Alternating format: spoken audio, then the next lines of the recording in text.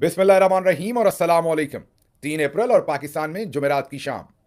आज अभी तक की अहम खबरें और मेरा तज्जिया। सबसे पहली खबर आपके सामने इस्लामाबाद से रखेंगे, जहां पर आज फॉर्म 47 के वजीर आजम शहबाज शरीफ ने कौम को बड़ी खुशखबरी दी है और उस खुशखबरी का सारा credit army chief general Asim Munir तमगा इम्तियाज मिलिट्री को दिया है। खबर का पोस्टमार्टम करेंगे और उसके साथ साथ एक और बड़ी खबर है कि खैबर पख्तूनख्वा में इमरान खान के एक सिपाही या पाकिस्तान तहरीक इंसाफ के एक लीडर को अब जनरल्स ने अपने खसूसी निशाने पर रख लिया है। उन्हें उनकी हुकूमती पोजीशन से हटाने के लिए फील्डिंग लगा दी गई है। ये सब कुछ क्या हो रहा है, इस पर हम आपके सामने तफसीली तज्जिया रखेंगे, लेकिन पहले ज़रा ये एक जो बड़ी खुशखबरी है इसका पोस्टमार्टम कर लें।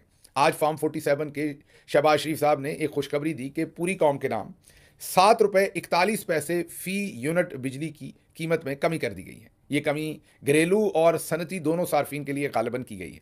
खबर बहुत अच्छी थी। हमने भी कहा कि चलें 3 साल मुसलसल लूटने के बाद, आवाम पर महंगाई का बाजार गर्म करने के बाद, चलें छोटी सी राहत ही सही, छोटी सी खुशी की खबर ही सही आई तो सही, हम आप तक पहुंचाएं तो सही। जब हमारी रिसर्च टीम ने इस पर थोड़ी सी मेहनत की तो हमारा तरा निकल गया, उसके साथ हादसा भी निकल गया। सबसे पहले तो जो हम हुकूमत का अपना शुमारियात की वेबसाइट है, जहाँ से ये डाटा जारी करते हैं, मुल्क में महंगाई कितनी है, अशिया खुर्दोनोश की कीमत कितनी है, इन्फ्लेशन कितनी, साल के आखिर पर फिर नंबर पेश करते हैं हुकूमती कारकर्दगी के। हम उस वेबसाइट पर गए तो देखा कि इस वक्त बिजली की कीमत मुल्क में 6 रुपये फ़ी यूनिट है। असल में तो 70 से 85 रुपये है, लेकिन वहाँ पर 6 रुपये लिखी हुई है। फिर हमने देखा कि 7 रुपये 41 पैसे जो है वो बिजली की फ़ी यूनिट कीमत में कमी कर दी है। अब 6 रुपये की जो बिजली है उसमें 7 रुपये 41 पैसे अगर कमी कर दी है तो इसका मतलब है कि अब फ़ी यूनिट आपको 1 रुपया 41 पैसे हुकूमत पास से देगी। और इस हिसाब से अगर आप 100 यूनिट खर्च करेंगे तो आप खुद ही देख लीजिए कि आपको कितने पैसे वापस आएंगे। 1000 करेंगे तो कितने। तो इस तरीके से तो पाकिस्तान में बिजली खर्च करने की रेस लग जाएगी, क्योंकि हर यूनिट पर लोगों को 1 रुपया 41 पैसे जेब में आएंगे। लेकिन हकीकत ये नहीं है।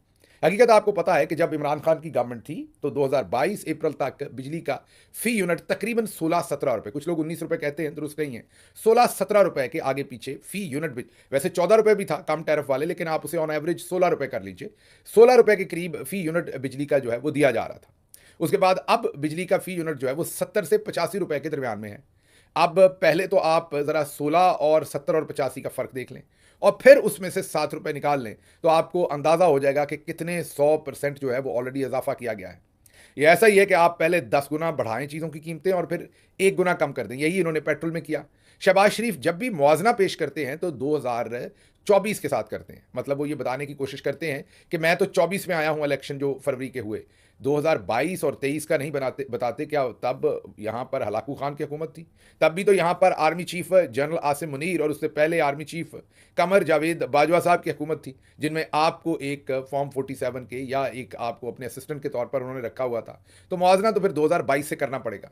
पेट्रोल देख लीजिए, उस वक्त आलमी मार्केट में जो फी बैरल पेट्रोल की कीमत थी, पेट्रोलियम प्रोडक्ट्स की कीमत थी, वो $117 $117 फी बैरल थी। आज वो कीमत 60 से $64 है। और उस वक्त पाकिस्तान में पेट्रोल का लीटर जो है इमरान खान के ज़माने में 150 रुपए था। फिर जब आप आए तो आप इसे गालिबन 333 रुपए, 333, जी हाँ, 333 रुपए तक आप लेकर गए इस पेट्रोल की प्राइस को। आज जब फी बैरल आधी प्राइस पर है, 60 से $64 पर है, तो आज भी आप पेट्रोल जो है वो 250 पौने 300 रुपए फी लीटर पर बेच रहे हैं। पेट्रोल से ही बिजली बनती है। आप दुगना तिगना पैसा पेट्रोल से कमा रहे हैं। पिछले दिनों जब पूछा गया कि पेट्रोल आर्मी मार्केट में इतना सस्ता हुआ है, आप सस्ता क्यों नहीं कर रहे, तो आगे से एक वजीर मौसूफ ने फरमाया कि पेट्रोल सस्ता नहीं करेंगे, बिजली सस्ती करेंगे। अब पेट्रोल तो आप दुगना तिगना बेच रहे हैं, बिजली आपने सिर्फ 7 रुपए कम की है। तो हम आपको ये भी याद करवाते चलें, फिर आते हैं दूसरी तरफ, कि इन्होंने इलेक्शन कैंपेन के अंदर 300 यूनिट फ्री देने का वादा किया था। ये बहुत इंपॉर्टेंट बात है, आपको याद रहे। मरियम नवाज ने भी वादा किया था और बिलावल जरदारी ने भी वादा किया था। जब बिलावल जरदारी से बाद में पूछा गया तो उन्होंने कहा, मुझे कौन सा आपने वजीर आजम बनाया है, मैं वजीर आजम बनूंगा तो 300 यूनिट फ्री बिजली दूंगा। मरियम नवाज ने पै दर पै ये वादे किए थे और जाहिर है शहबाज शरीफ ने भी, और अब 300 यूनिट तो फ्री क्या देने, 3 यूनिट भी इन्होंने फ्री नहीं दिए। अब चलते हैं अगली तरफ, क्योंकि इसी खबर का जो दूसरा पहलू है वो तो आपने देख लिया कि ये जुबानी जमा खर्च है। बिजली के जब बिल आएंगे अगले तो आपको बिल्कुल होश आ जाएगी। आप अब बस आपने ये जहन में रखना है कि इस दफ़ा बिजली का बिल रख लें जहन में, और फिर अगली दफ़ा जो अगले महीने के बाद, मीन अब से जो 30 35 40 दिन के बाद आपके पास बिल आएगा, या चलें आप ऐसा करें 60 दिन के बाद जो बिल आएगा, आप उसके साथ मुआवजा कर लीजिएगा। आपको दूध का दूध, पानी का पानी हो जाएगा। अगर तो इस वक्त आपका बिल लेट से 10,000 रुपये आता है और उस वक्त वो बिल जो है वो 8,000 या 9,000 या चले जितना भी कम होता है, तो आप समझेंगे कि कुछ कमी हुई है। लेकिन अगर 10 वाला बिल जो है वो 12-14,000 हुआ, तो खुद ही समझ लीजिएगा कि ये क्या कमी हुई है। तो ये घोड़े का मैदान, आपको सब कुछ नजर आ जाएगा। अब आते हैं आर्मी चीफ, उन्होंने सारी जो क्रेडिट है वो आर्मी चीफ को दिया है और उन्होंने कहा कि ये जो बिजली सस्ती हुई है, इसके पीछे, सारे अमल के पीछे army chief general Asim Munir, तमगा इम्तियाज मिलिट्री, उनका कलीदी किरदार है। जदोजहद और मेहनत की अजीम कुर्बानी की कहानी army chief general Syed Asim Munir के बगैर नामुकम्मल रहेगी।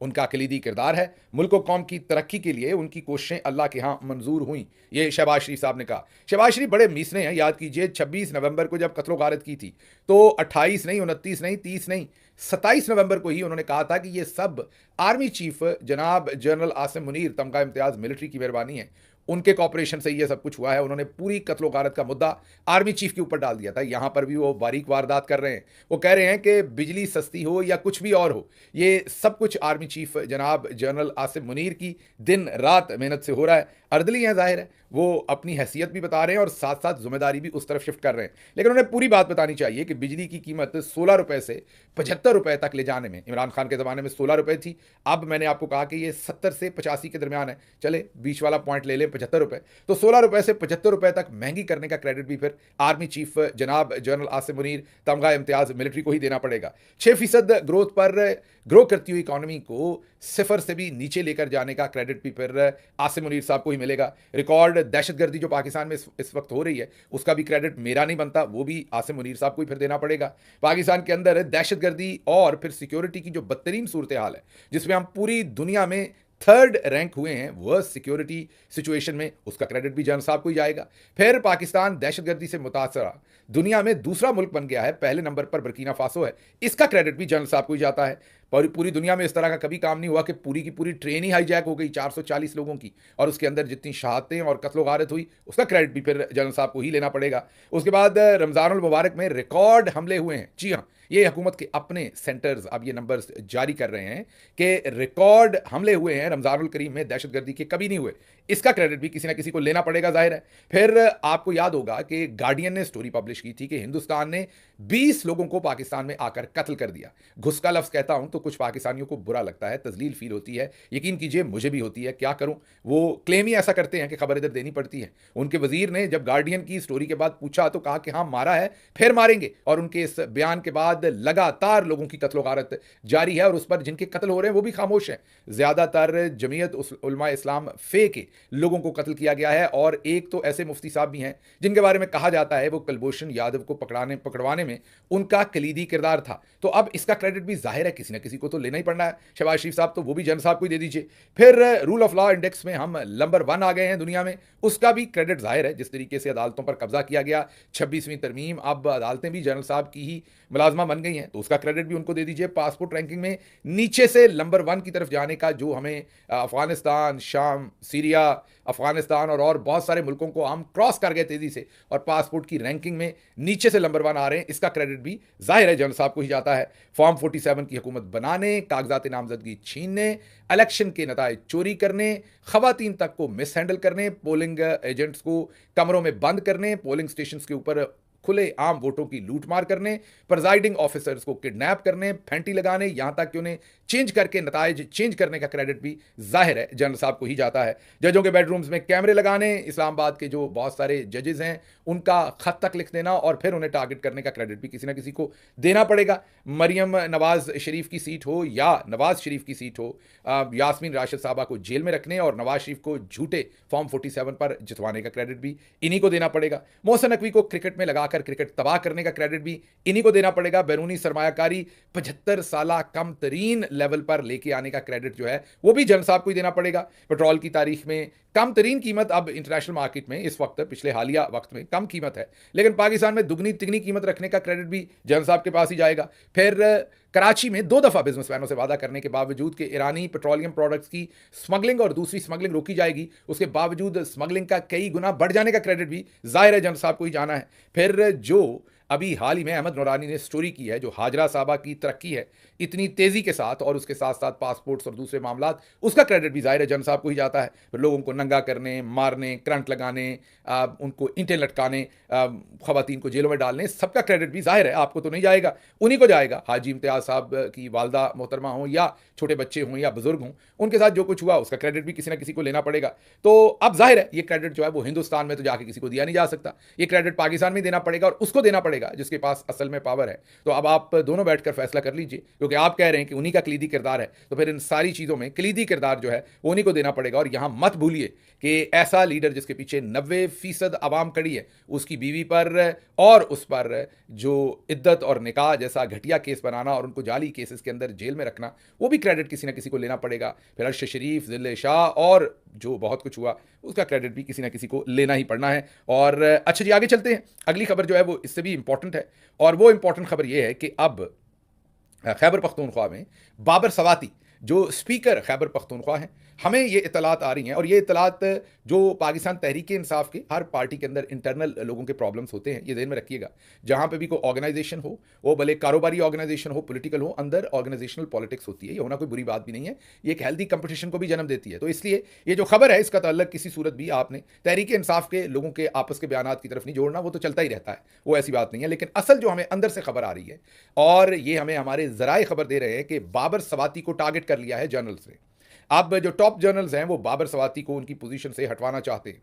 क्यों हटवाना चाहते हैं इसको हमने खंगाला। ज़ाहिर है ज़राए के पास तो ये खबर नहीं मौजूद थी कि क्यों हटवाना चाहते हैं। उनको इतना पता था कि उनको टारगेट किया गया है और अहकामात दिए गए हैं कि उनके लिए ज़रा थोड़ी सी ज़मीन तंग की जाए। तो जब हमने रिसर्च की तो हमें समझ आई कि 26 नवंबर के बाद जो तकारीर हुई खैबर पख्तूनख्वा की असम्बली के अंदर, और उन तकारीर को रुकवाने के लिए बाबर सवाती साहब के साथ रब्ता किया गया था। उन्हें कहा गया था कि जो प्रोविंशियल असम्बली है उसमें कोई बात भी चौधरी साहब के खिलाफ ना हो, कोई बात भी ऐसी ना हो जो सख्त हो। उन्होंने उस पर इनकार कर दिया और उन्होंने कहा मैं मेंबर्स को नहीं रोक सकता, मैं मेंबर असम्बली को आज़ादी दूंगा जो भी उन्होंने बात करनी है। फिर उन्होंने कहा कि चलें आप ऐसा कर लें, इसको ऑफ कैमरा कर दें, मतलब कि कैमरा वहाँ पर इस्तेमाल ना हो और ब्रॉडकास्ट तो बिल्कुल ही ना हो। अब पीटीवी ने तो ये तकरीरें ब्रॉडकास्ट करनी नहीं थी खैबर पख्तूनख्वा हुकूमत से, तो स्पीकर ने खुसूसी अहकामात दिए कि इन्हें सोशल मीडिया पर लाइव ब्रॉडकास्ट कर दिया जाए। अब इस हुक्म पर तरथली मच गई और फिर बाबर सवाती साहब को धमकियां भी दी गई और यह कहा गया कि आपने इसे किसी सूरत ब्रॉडकास्ट नहीं करना। वो इस पर भी नहीं माने। और क्या ब्रॉडकास्ट हुआ वहां से, सुनिए। मजा तो जंग का तब आता है जब बंदूक का मुकाबला बंदूक से होता है। जनाब स्पीकर साहब, जब बंदूक का मुकाबला बंदूक से होता है तो फिर लाशें गद्दों पे आती है। जब बंदूक का मुकाबला बंदूक से होता है जनाब स्पीकर साहब, तो फिर हमारी हीरो कारगिल में कर्नल शेर खान शहीद, उसको इंडियन आर्मी सल्यूट करते हैं और हमारी अपनी दुम दबाकर भाग जाती है। जनाब स्पीकर साहब, जब बंदूक का मुकाबला बंदूक से होता है तो फिर बंगाल में 90,000 फौजियों की पतलूनी उतर जाती है। सुन लिया आपने, ये एक तकरीर का टुकड़ा है। ये डॉक्टर अमजद हैं, पाकिस्तान तहरीक इंसाफ के ये मेंबर प्रोविंशियल असम्बली हैं और कैबिनेट मेंबर हैं, वजीर मशीर हैं वहाँ पर। ये उनकी एक तकरीर है। इस तरह की 20 तकारीर हुई उस असम्बली के अंदर, और इससे बढ़ के बाबर सवाती साहब ने स्पीकर का जो अपना फोरम है उस पर भी बात करते हुए, जब वो असम्बली से मुखातब थे तो उन्होंने भी बहुत स्ट्रेट फॉरवर्ड और सीधी सीधी बातें की। और वो जो सीधी सीधी बातें की, उनका दुख और गुस्सा इतना है कि अब बाबर सलीम सवाती अगले दिनों में आपको शदीद निशाने पर नजर आएंगे और उन पर हट हट कर गोलाबारी की जाएगी। अब ये आपका काम है, हमारा काम आपको बताना है और जिद्दोजहद भी करना है कि जो भी बयानिए की जंग में उनकी हिफाजत हो सके वो करें, लेकिन आपने भी अपनी आंखें खुली रखनी है। उन पर करप्शन के इल्ज़ाम लगाए जाएंगे। अगर आप लार्जर स्कीम ऑफ थिंग्स देखें, मैं ये नहीं कह रहा, मैं तो किसी की कसम नहीं दे सकता, मुझे नहीं पता बाबर साहब ने करप्शन की है कि नहीं की है, तो उनको भुगतनी चाहिए। लेकिन इतना बता देता हूँ, हुकूमत के सेटअप में स्पीकर के पास कोई ऐसा एडमिनिस्ट्रेटिव इख्तियार नहीं होता। ज़्यादा से ज़्यादा असम्बली के कोई पेट्रोल का, गाड़ियों का और दूसरी चीज़ों का वो आगे पीछे कर सकता है। उसके पास कोई ऐसे इख्तियारात नहीं होते, और उससे ज़्यादा इख्तियारात और बहुत सारे लोगों के पास मीन ब्यूरोक्रेसी में और इधर उधर होते हैं। तो इसलिए स्पीकर को इस चीज़ के ऊपर टारगेट करना समझ से बाहर है। भारत आगे चलते हैं। अगली खबर ज़ल्मे खलीलजाद साहब का ट्वीट है। एक और ट्वीट दागा है और इस दफ़ा उन्होंने डोनाल्ड ट्रंप को और एलन मस्क को भी, उनका जो डॉज, जो उनका डिपार्टमेंट है, उनको भी उन्होंने टैग किया है। उन्होंने वाज़े तौर पर कहा है कि तमाम चीज़ें जो इस वक्त पाकिस्तान में ख़राब हैं, उसकी ज़िम्मेदार पाकिस्तानी मिलिट्री इस्टेब्लिशमेंट है। वाज़े इशारा उन्होंने army chief general Asim Munir तमगा इम्तियाज़ मिलिट्री की तरफ किया है।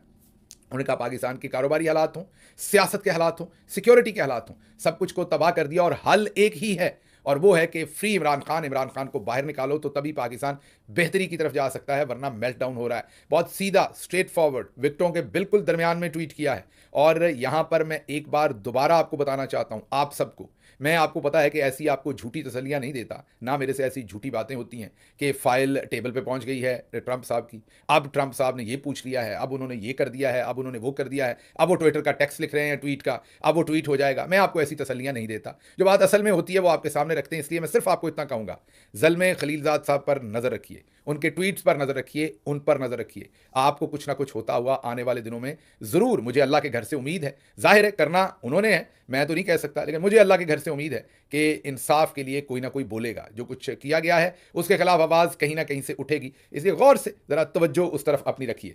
अगली खबर आपके सामने रखेंगे कि खैबर जो बलूचिस्तान के अंदर सूरत हाल है, उसके लिए जो पाकिस्तान तहरीक इंसाफ का वफ्द है वो बलूचिस्तान में पहुंचा और वहां पर तगड़ी तकरीर की गई, बलोचों के साथ यकजहती की बात की गई, बलोच खून को बहने से रोकने की बात की, बलूचिस्तान के नौजवानों पर जो जुल्म है उस पर बात की गई। ये अच्छी खुशाइन बात है कि लोग वहां पहुंचे, उन्होंने तकरीर की, और चलें आखिर पर ही सही इस्टेब्लिशमेंट ने कुछ होश के नाखुन लिए कि इन लोगों को डंडे से या मार धाड़ के नहीं रोका और वहां तक पहुंचने दिया। क्योंकि अगर मेन स्ट्रीम पार्टीज पहुंचेंगी, पॉलिटिक्स करेंगी, इंटरेक्ट करेंगी, तो ही कौमी धारे में बलूचिस्तान रह सकेगा, या अगर कुछ लोग दूर चले गए तो उनको वापस लाया जा सकेगा। लेकिन इस्टेब्लिशमेंट है कि वहां पर होश के नाखुन लेने को तैयार नहीं है। खबरें और भी हैं और बड़ी ही सरप्राइजिंग किस्म की खबरें हैं, उनको अगले व्लॉग में रखेंगे। मुझे यहाँ से इजाज़त दीजिए। अल्लाह आपका हामी और नासिर हो। पाकिस्तान जिंदाबाद।